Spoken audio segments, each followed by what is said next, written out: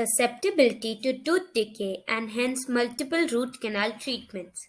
Believe it or not, genetics may play a role in the need for a root canal. Susceptibility to tooth decay and hence multiple root canal treatments. If you were born with naturally soft teeth that decay easier than hard teeth, they will require more maintenance than teeth that are harder. Extensive dental work. If you have had extensive or frequent dental work done, you may need a root canal as well. How does it help the endodontist for endodontic treatment? As an endodontist, there are several ways in which your DNA can determine your susceptibility to tooth decay.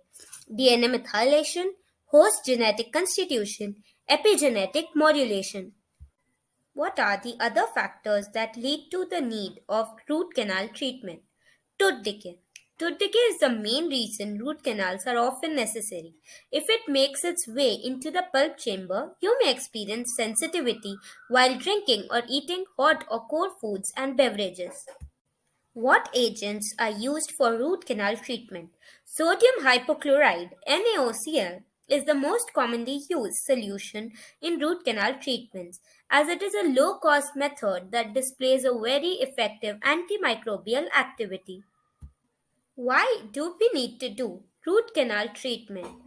Root canal treatment aims to complete removal of the connective tissue and the destruction of residual microorganisms found in infected root canals.